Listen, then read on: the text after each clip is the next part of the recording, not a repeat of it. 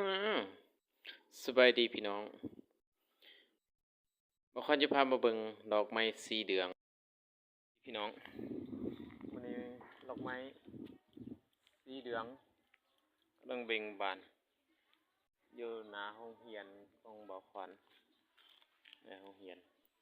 เป็นช่วงฤดูที่ดอกไม้เบ่งบานเต็มทีเนาะแล้วก็สวยงาม